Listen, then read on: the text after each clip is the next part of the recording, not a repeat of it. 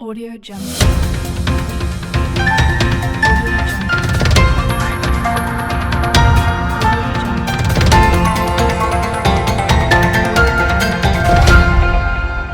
Audio Jungle.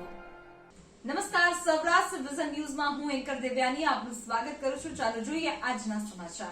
Veraval bar association દ્વારા જામનગરના advocate હરુનભાઈ પલેજાની જાહેરમાં થયેલ હત્યા સંદર્ભે આક્રોશભેર આવેદનપત્ર અપાયું. વેરાવળ બાર એસોસિએશનના પ્રમુખ એસ.એન. સવાણીની આગેવાનીમાં મીટિંગ મળેલી, જેમાં જામનગરના એડવોકેટ હારુનભાઈ પલેજાની જાહેરમાં હત્યા કરવામાં આવેલ હોય, જે સંદર્ભે ગુનેગારોને પકડી કાયદેસરની કાર્યવાહી કરવા વેરાવળના તમામ એડવોકેટેડ એક સાથે સૂર પુરાવી ન્યાય ન મળે તો જલદ આંદોલનની ચીમકી ઉચ્ચારી એક દિવસની કોર્ટની તમામ કાર્યવાહીથી અળગા રહી વિરોધ નોંધાવી એડવોકેટ પ્રોટેક્શન એક્ટ કે જેની ઘણા વર્ષથી માંગણી હોય અને તે મંજૂર કરવા ગુજરાત રાજ્યના મુખ્યમંત્રી ભૂપેન્દ્રભાઈ પટેલ, ગૃહમંત્રી હર્ષભાઈ સંઘવી, કાયદા મંત્રી ઋષિકેશભાઈ પટેલ તેમજ ગીર સોમનાથ જિલ્લા કલેક્ટરને સંબોધીને વેરાવળ નાયબ કલેક્ટરને આક્રોશભેર આવેદન સુપૃત કરવામાં આવેલ હતું. વેરાવળ બાર એસોસિએશનના પ્રમુખ એસ.એન. સવાણી, પૂર્વ પ્રમુખ રીતેશભાઈ પંડ્યા, તેજશભાઈ પંડ્યા, સિનિયર એડવોકેટ અશ્વિનભાઈ થાનકી, પૂર્વ ઉપપ્રમુખ ગણત્રા કે.આઈ. ચંદનાણી, ગિરધારીભાઈ ચંદનાણી, રાજુભાઈ Dari, Bhavin Ruparel, advocate K H. Rathod, advocate A P. Chomal, advocate Chavda, V K. Dholiya સહિતના સમગ્ર કારોબારી સભ્યો, વકીલ મિત્રોએ ગુનેગારોને પકડી કાર્યવાહી કરવા એક સુરે માંગણી કરતા આવેદનપત્ર આપેલ છે. રિપોર્ટ દેવાભાઈ રાઠોડ, રિપોર્ટર, ગીર સોમનાથ.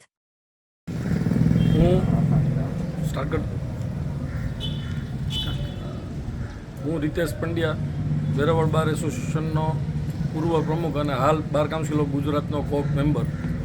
આજરોજ અમે વેરાવળ ડેપ્યુટી કલેક્ટર ઓફિસ ખાતે ગુજરાત રાજ્યના મુખ્યમંત્રી તથા ગૃહપ્રધાનને જામનગર ખાતે હારુનભાઈ પલેજા એડવોકેટની કરપીણ હત્યા થઈ એને વેરાવળ બાર એસોસિએશને આજની સભામાં ઠરાવથી એને સખત શબ્દોમાં વખોડી કાઢી અને જે એડવોકેટ ઉપર ગંભીર પ્રકારના હુમલા થઈ રહ્યા છે એને અનુલક્ષીને સરકારશ્રીએ તાત્કાલિક એડવોકેટ પ્રોટેક્શન એક્ટનું બિલ પસાર કરવું જોઈએ એવી સતત માંગણીઓ મૂકવામાં આવેલી છે. અને એવા સંજોગોમાં ઘણા સમયથી એડવોકેટ પ્રોટેક્શન બિલ મંજૂર થતું નથી, જે પણ કોઈ પણ રીતે યોગ્ય નથી. કારણ કે એડવોકેટ છે તે સમાજના ન્યાય વ્યવસ્થા, કાયદો અને વ્યવસ્થાને જાળવવામાં બહુ અગત્યની ભૂમિકા ભજવે છે. ત્યારે એડવોકેટની સામે જે કાંઈ પણ હુમલા થાય છે એને સરકારે ગંભીરતાથી વિચારવાની જરૂર છે અને વહેલામાં વહેલી તકે આ બિલ મંજૂર કરવાની જરૂર છે. અને વેરાવળ બાર એસોસિએશને આજરોજ બહોળી સંખ્યામાં એડવોકેટ સાથે રહી અને બાર એસોસિએશનની અંદર ઠરાવ કરેલો છે. અને સાથે સાથે ગઈકાલે અમારા વેરાવળ બાર એસોસિએશનના સિનિયર મોસ્ટ એડવોકેટ આર.એસ. સોલંકી સાહેબનું કોર્ટમાં જ હાર્ટ એટેકથી હુમલો આવી અને એમનું મૃત્યુ થઈ ગયું. એના અનુસંધાને પણ અમે ઠરાવ કરેલો છે. તો અત્યારે અમે ડેપ્યુટી કલેક્ટર ઓફિસમાં આ આવેદનપત્ર આપવા આવેલા છીએ કે જેની ગુજરાત સરકાર ગંભીરતાથી નોંધ લે અને વેરાવળ બાર એસોસિએશન જામનગર બાર એસોસિએશનના ઠરાવને સમર્થન આપે છે અને જામનગર બાર એસોસિએશન તથા એડવોકેટ હારુન પલેજાના પરિવારની સાથે વેરાવળ બાર એસોસિએશન અડીખમ રીતે ઊભું છે. હું એસ.એન. સવાણી, એડવોકેટ પ્રમુખ શ્રી વેરાવળ બાર એસોસિએશન, જામનગર ખાતે ગઈ તારીખ 13/3/2024ના રોજ જામનગરના એડવોકેટ હારુનભાઈ પલેજાની સરેઆમ હત્યા કરવામાં આવેલી છે અને જામનગરમાં આ બીજો બનાવ છે. આ પહેલાં પણ એક એડવોકેટની સરેઆમ ખુલ્લેઆમ હત્યા કરવામાં આવેલી હતી. હવે ગુજરાતમાં જોવામાં આવે અથવા તો દેશભરમાં જોવામાં આવે તો વકીલોમાં ઉપર આ રીતે વારંવાર હુમલાઓ થતા રહે છે, હત્યાઓ થતી રહે છે. વકીલો છે એ પોતાના અંગત સ્વાર્થ માટે કોઈ પણ જાતના કેસો લડતા નથી. એ પબ્લિકના હિત માટેથી જે એની પાસે કેસો આવતા હોય એ પોતે લડતા હોય છે. તેમ છતાં ગુનેગારો આ કેસનું વૈમનસ્ય રાખી અને વકીલો ઉપર આ રીતે અવારનવાર હુમલાઓ કરી અને આવી રીતે હત્યાઓ થાય છે.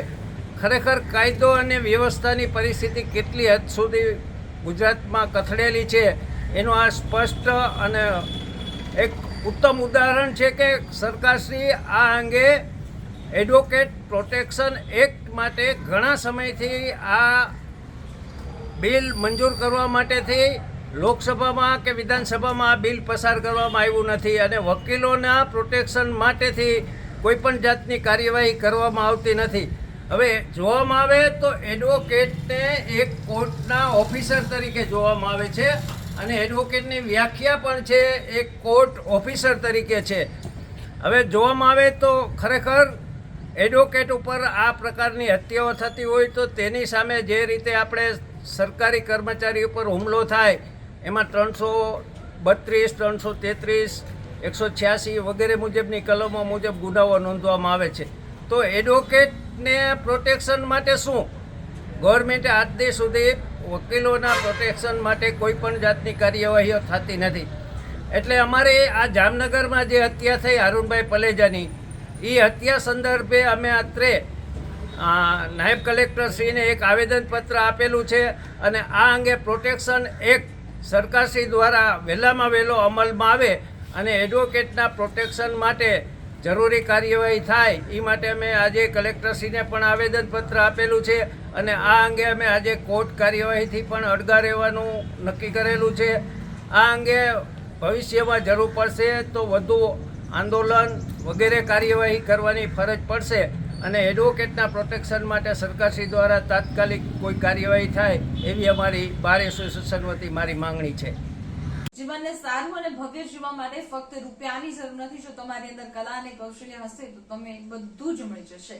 આવા સદવિચાર સાથે બધા સ્વસ્થ રહો, સુરક્ષિત રહો. તેમજ તમારા શહેરના સમાચારો તથા તમારા બિઝનેસની જાહેરાત આ ન્યૂઝ ચેનલ પર મૂકવા માટે સ્ક્રીન પર બધા નંબર પર સંપર્ક કરી શકો છો. તેમજ આ ચેનલને લાઈક કરો, શેર કરો અને સબસ્ક્રાઇબ કરવાનું ભૂલશો નહીં, જેથી નવા સમાચારો તમારા સુધી ઝડપથી પહોંચી શકે.